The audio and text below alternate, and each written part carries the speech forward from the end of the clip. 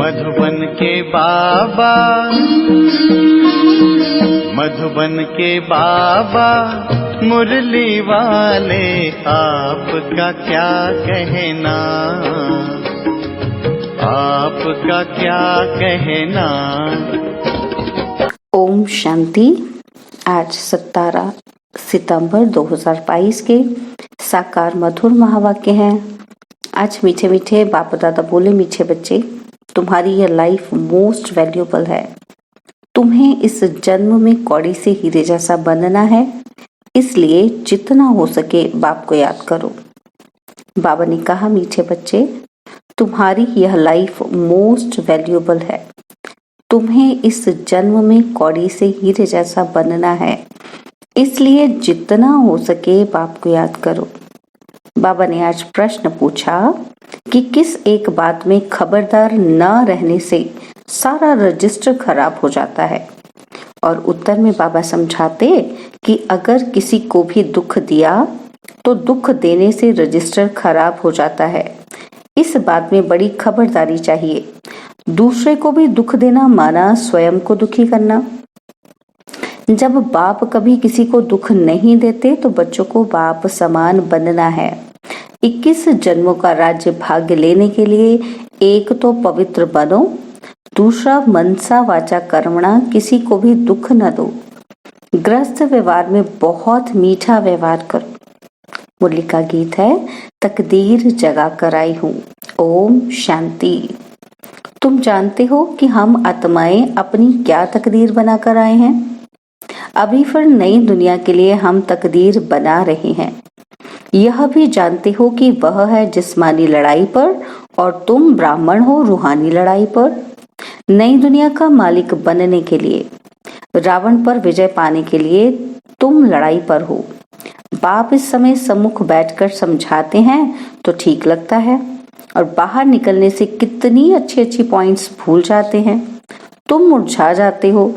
बाप है श्रीमत देने वाला, नई दुनिया का स्वराज्य देने वाला। स्व अर्थात आत्मा कहती है कि पहले मुझे गदाई थी, अब राजाई मिलती है। उनको गदाई क्यों कहते हैं? गधे का मिसाल देते हैं, क्योंकि गधे को श्रृंगार कर धोबी लोग कपड़े की गठरी रखते हैं। गधे ने मिट्टी देखी तो मिट्टी में लथेड़ी लगाने लगते हैं। तो यहाँ भी बाप आए हैं बच्चों को स्वराज्य देने, श्रृंगार करते हैं। चलते चलते बच्चे फिर माया की धूल में पड़कर श्रृंगार सारा खलास कर देते हैं। बच्चे खुद भी समझते हैं कि बाबा हमको श्रृंगारते बहुत अच्छा है, फिर माया ऐसी प्रबल है जो हम लथेड़ कर श्रृंगार खराब कर देते हैं। सबसे बड़ी धूल है विकार की। तुम्हारी लड़ाई है ही खास विकारों से। बाप कहते हैं काम विकार महाशत्रु है। कैसे शत्रु बना, यह कोई भी नहीं जानता। बाप ने हमको स्वराज्य दिया था, अब गवाया है। फिर बाप आकर विकारों पर जीत पाने की युक्तियां बताते हैं। वास्तव में तुम्हारी लड़ाई काम महाशत्रु से है। अब बाप कहते हैं कि कामी से निष्कामी बनो। निष्कामी अर्थात कोई भी कामना नहीं, जिसमें कोई विकार नहीं, उसको निष्कामी कहेंगे। बाप काम पर जीत पहनाते हैं। कोई को पता नहीं कि रावण राज्य कब से शुरू हुआ। जगन्नाथ के मंदिर में देवताओं के बड़े गंदे चित्र लगे हैं। इससे सिद्ध होता है कि देवताओं के वाम मार्ग में जाने से मनुष्य कामी बन जाते हैं। अभी तुम कामी मनुष्य से निष्कामी देवता बन रहे हो। तुम्हारी युद्ध न्यारी है। बाबा छीछी दुनिया से वैराग्य दिलाते हैं। यह है विषय वैतरणी नदी। तुम्हारी यह लाइफ मोस्ट वैल्यूएबल है। इसमें कौड़ी से हीरे जैसा बनना है सारी बुद्धि की बात। तुम्हें बाबा की याद में रहना है। आजकल तो मौत के लिए अनेक बॉम्ब्स बनाए हैं। मनुष्य ने तो कोई गुनाह नहीं किया है। आगे तो लड़ाई हमेशा शहर से बाहर मैदान में होती थी, फिर विजय पाकर शहर के अंदर आते थे। आजकल तो यहाँ देखो वहाँ बॉम्ब्स ठोक देते हैं। बच्चों को कहाँ भी आना जाना है तो बाप की याद में रहकर औरों को याद कराना है। तुम्हारी तो ब्रांचेस खुलती ही रहेंगी। दान क्या करना चाहिए सो भी तुम बच्चे ही समझते हो। उत्तम से उत्तम दान है अविनाशी ज्ञान रत्नों का। घर घर में तुम ये हॉस्पिटल खोल दो। तुम्हारे हॉस्पिटल में दवाई आदि कुछ भी नहीं है, सिर्फ बाप का परिचय देना है कि उठते बैठते बाप को याद करो। ये बड़ी से बड़ी दवाई है, बाबा ने कहा। ऐसे नहीं कि एक जगह बैठ जाना है। यह तो जब कोई याद नहीं करते हैं तो संगठन में बिठाया जाता है, संगठन में बल मिलेगा। संग तारे कुसंग बोरे, बाहर जाने से फिर भूल जाते हैं।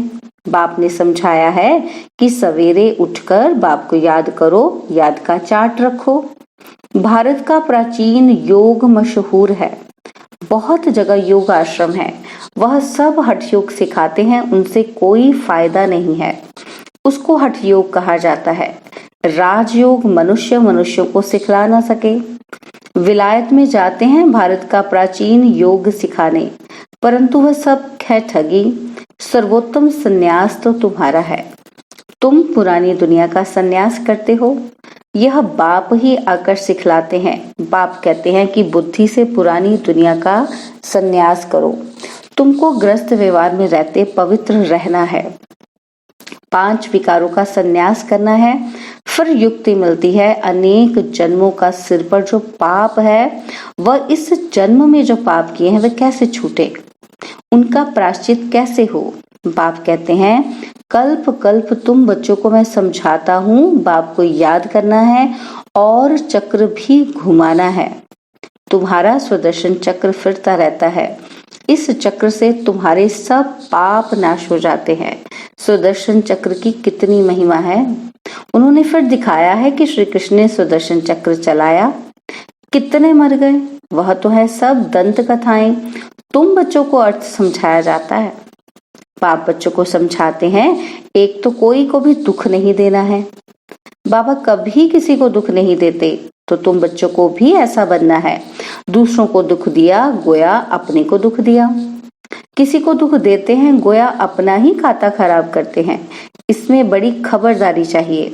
ऐसा कोई पाप कर्म नहीं करना है जिससे रजिस्टर खराब हो। बच्चे लिखते हैं कि बाबा आज हमसे ये भूल हो गई, उस पर क्रोध किया, आज मैं गिर गया। बाबा हमारा इसमें मोह है। बहुत रिपोर्ट आती है, फिर उनको समझाया जाता है, तुम्हारा अंजाम यानी कि वायदा है कि जब आप आएंगे तो मैं आपके साथ ही बुद्धि योग रखूंगा। कहते ना, आपका कहना मानूंगा, नष्ट मोह बनूंगा। सन्यासी तो छोड़कर चले जाते हैं, प्राप्ति तो कुछ भी नहीं। तुमको तो प्राप्ति बहुत है, इसलिए नष्ट मोह पूरा बनना है। प्यार एक बाप में रखो, उनको ही याद करना है। ऐसे भी बहुत हैं जो बाबा के प्यार में आंसू बहाते हैं कि ऐसे बाबा से हम दूर क्यों हैं, हम तो बस शिव बाबा से ही लटके रहे। यहाँ प्राप्ति बहुत भारी है। बाहर के सत्संगों में ढेर जाते हैं, प्राप्ति तो कुछ भी नहीं। वह तो ऐसे किसी को नहीं समझाते कि काम महाशत्रु है। मनुष्यों को राजयोग सिखला न सके। हाँ, कोई राजा बनते हैं अल्पकाल सुख के लिए। बहुत दान पुण्य गरीबों को करते हैं तो कहा राजा के पास जन्म मिल जाता है। यहाँ तो तुमको 21 जन्मों का राज्य भाग्य मिलता है। बाप कहते हैं, एक तो पवित्र बनो, दूसरा मनसा वाचा कर्मणा किसी को दुख नहीं दो, नहीं तो सजा के निमित्त बन पड़ेंगे, क्योंकि यहाँ धर्मराज बैठा है जो बाबा का राइट हैंड है। तुम्हारा रजिस्टर खराब हो जाएगा, बहुत सजा के निमित्त बन पड़ेंगे। मुख से बोला, इंद्रियों से कुछ विकर्म किया तो वह कर्मणा हो जाएगा। बाप समझाते हैं कि कर्मणा में नहीं जाओ। तूफान भल आए, परंतु तुमको बहुत मीठा बनना है। क्रोधी से क्रोध नहीं करना चाहिए, मुस्कुराना होता है। क्रोध में मनुष्य गाली देते हैं, समझते हैं इनमें क्रोध का भूत आया हुआ है। ज्ञान से समझाना होता है। ग्रस्त व्यवहार में तुम्हारा व्यवहार बहुत मीठा होना चाहिए। बहुतों के लिए कहते भी हैं कि आगे तो इनमें बहुत क्रोध था, अभी बहुत मीठा बन गया है। महिमा करते हैं। कोई तो पवित्रता पर बिगड़ते हैं कि विकार बिगड़ सृष्टि कैसे चलेगी। अरे सन्यासी विकार में नहीं जाते हैं, फिर उनके लिए तो कुछ कहो। पवित्र बनना तो अच्छा है ना, यहाँ तो घर बार भी नहीं छुड़ाया जाता है। बहुत मीठा बनना है सबसे, एक बाप को याद करना है। वह है रचयिता और हम है रचना। वर्षा बाप से मिलता है, भाई भाई से वर्षा मिल ना सके। गाते भी हैं कि हम सब भाई भाई हैं, तो जरूर बाप भी होगा ना। ब्रदर्स बाप बिगर होते हैं क्या? अभी देखो तुम कैसे भाई बहन बनते हो। वर्षा दादे से मिलता है, मुख्य वंशावली ठहरे। गाया भी जाता है प्रजापिता, इतनी सारी प्रजा है तो जरूर एडॉप्टेड होगी। कुख वंशावली हो न सके, तुम ब्राह्मण फिर देवता बनते हो। यह बाजोली तुम खेलते हो, यह चक्र फिरता रहता है। इनको नई रचना कहा जाता है। तुम बच्चों की तकदीर अब अच्छी बन रही है। नर से नारायण बनने आए हो, यह है एम ऑब्जेक्ट। लक्ष्मी नारायण बन रहे हो, चित्र सामने खड़े हैं। फिर ये क्यों कहते हो कि साक्षात्कार हो तब हम माने? अरे तुम्हारा बाप मर जाए तो चित्र को देखेंगे ना। ऐसे थोड़ी कहेंगे कि वह बाप जिंदा हो जाए, बाप का दीदार हो तब माने। बाप को देखना है तो नौदा भक्ति करो, तो बाप वह साक्षात्कार करा देंगे। परंतु साक्षात्कार से होगा क्या? यहाँ तो तुमको साक्षात्कार होता है, तुम सो देवी देवता प्रिंस प्रिंसेस बनेंगे, ये वाला साक्षात्कार होता है हमें। तो ये समझने की बातें हैं, तुमको इस धुन में ही रहना है। तुम तो जानते हो कि अभी राजधानी स्थापन नहीं हुई है, अभी लड़ाई लग ही नहीं सकती। कर्मातीत अवस्था अर्जुन कहाँ गई हुई है?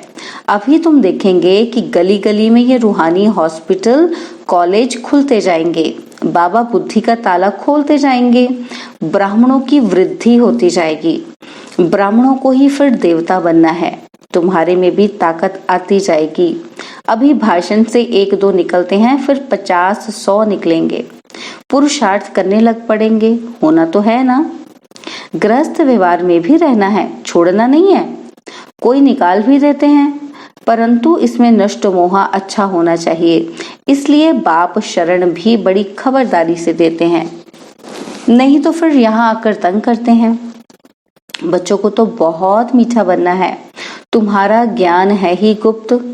कान में मंत्र देते हैं ना, तुम भी किसी को कहते हो कि शिव बाबा को याद करो।